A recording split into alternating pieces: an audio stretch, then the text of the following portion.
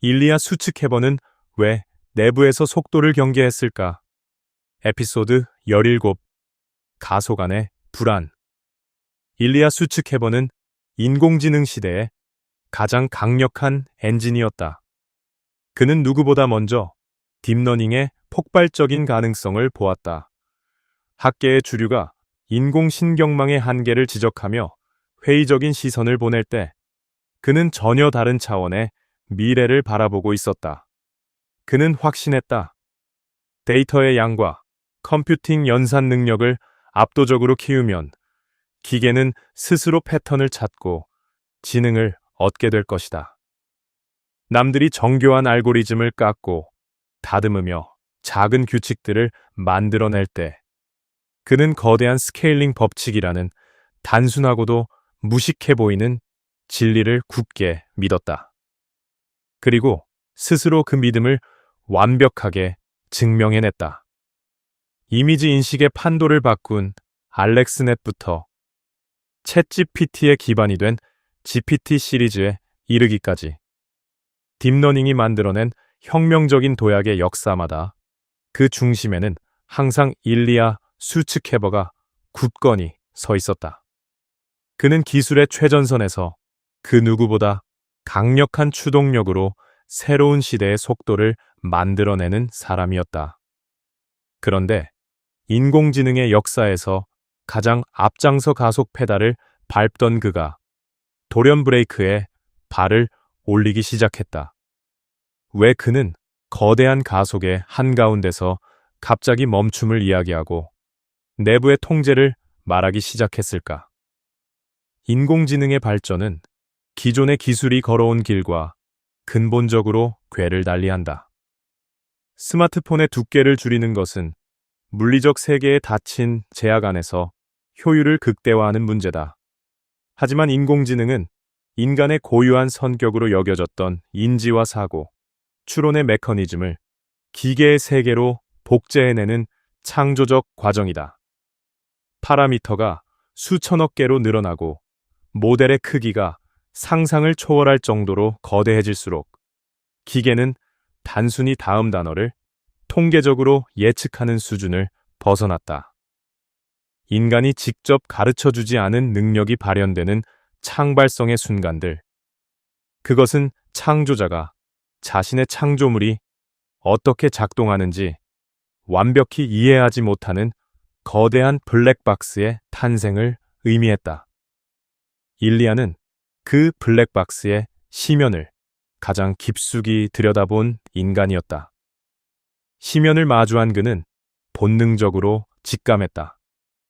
우리가 빚어내고 있는 이 지능체는 머지않아 인류 전체의 지적 능력을 합친 것보다 훨씬 더 거대하고 압도적인 존재가 될 수 있다.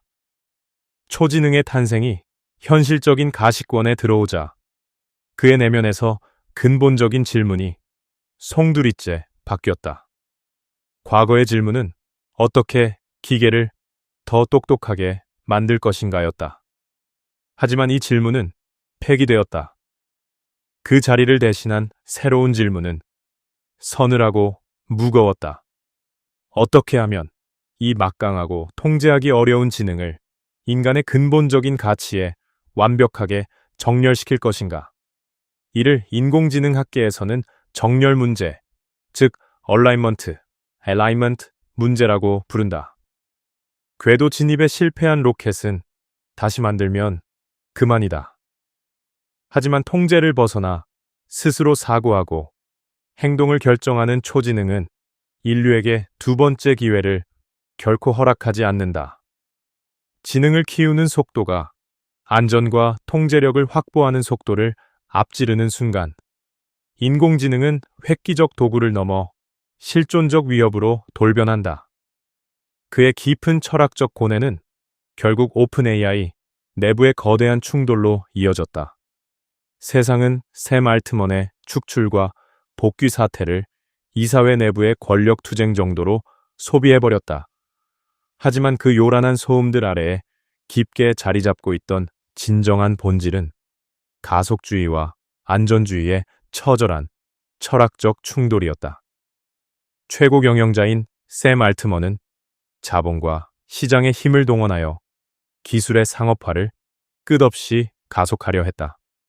반면 일리아 수츠케버는 그 폭주하는 기관차의 가속을 뼈에 사무치도록 경계했다.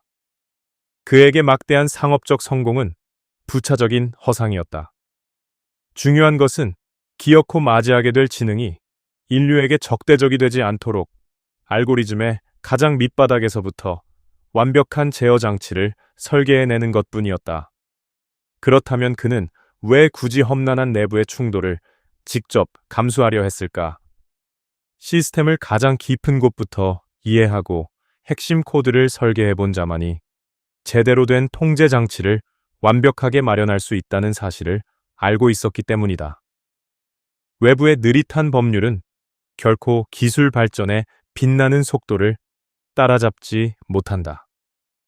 진정한 의미의 통제와 안전망은 연구실의 은밀한 곳, 알고리즘이 스스로 최적화하는 핵심 층위에서부터 유기적으로 설계되어야만 한다. 그는 기술의 발전을 가로막으려 했던 시대착오적 반대자가 아니었다. 오히려 기술의 잠재력이 인류를 멸망시키는 무기가 되지 않도록 철저하게 대비하려 했던 고독한 방어자였다. 초지능을 인간의 선한 의도대로 통제하는 일은 코딩 과정의 버그를 수정하는 것과는 차원이 다르다.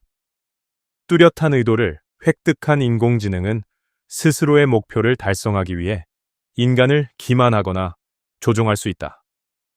일리아는 기계가 인간을 뛰어넘는 순간, 인간은 기계의 행동이 윤리적으로 옳은지, 그른지조차 제대로 평가하고 검증할 능력을 영원히 잃게 될 것이라 예견했다. 그는 바로 이 지점, 인간의 통제력이 우주 공간처럼 증발해버리는 지능의 사건의 지평선을 그 무엇보다 경계했다. 우리는 혁명적 기술 앞에서 막연한 환호성과 원초적인 두려움을 동시에 느낀다. 하지만 자본주의 시스템은 대중의 불안을 신속하게 잠재우고 즉각적인 환호성만을 극대화하는 방향으로 무자비하게 작동해왔다. 이러한 맹목적 질주 속에서 일리아 수츠케버의 행보가 던지는 메시지는 명확하다. 기술의 물리적 발전 속도가 인간의 윤리적 성찰 속도를 아득히 앞지르기 시작할 때 우리는 가장 위험한 벼랑 끝으로 내몰리게 된다는 진실이다. 결국 그는 자신이 청춘을 바친 무대를 조용히 떠났다. 자본이 요구하는 상업적 제품 개발의 궤도를 이탈하여 오직 안전이 완벽하게 검증된 초지능만을 연구하는 새로운 회사를 설립했다. 그의 이탈은 무한 경쟁에 매몰되어 폭주하는 기술 산업에 대한 가장 묵직하고 역사적인 경고장이다. 생각의 출발점은 바로 이 지점에서 당신에게 다시 묻는다. 우리는 기술이 가져다주는 편리함이라는 마법에 취해 훗날 청구될 실존적 대가를 묻는 것을 잊어버린 것은 아닐까?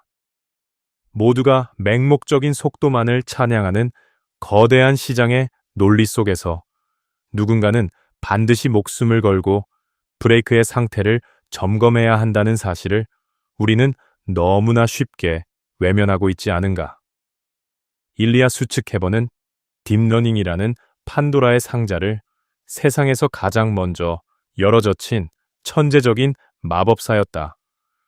하지만 동시에 상자 밖으로 풀려나온 낯선 힘을 통제하기 위해 스스로 그 문을 온몸으로 막아서려 했던 역설적인 수호자이기도 했다. 그가 남기고자 했던 위대한 유산은 가장 똑똑한 기계 자체가 아니었다. 그 막강한 기계가 인간의 존엄성과 고유한 가치를 영원히 지켜내도록 촘촘하게 설계된, 완벽하게 정렬된 미래였다. 다음 에피소드에서는 인공지능이라는 거대한 기술의 궤도를 잠시 벗어나 현대사회의 또 다른 절대 권력인 인간의 관심을 가장 완벽하게 지배하는 인물의 내면을 깊숙이 들여다본다. 현재 전 세계 유튜브라는 거대한 제국에서 가장 높은 곳에 군림하고 있는 지미 도널드슨, 즉 미스터 비스트는 왜 자신이 축적한 천문학적인 부를 기꺼이 파괴하고 극한의 스펙터클을 설계하며 전 인류의 뇌를 끊임없이 쥐고 흔드는 것일까? 그가 진정으로 훔치고 싶었던 것은 우리의 시간일까? 아니면 우리의 욕망일까? 에피소드 18. 도파민 자본주의와 관심의 블랙홀.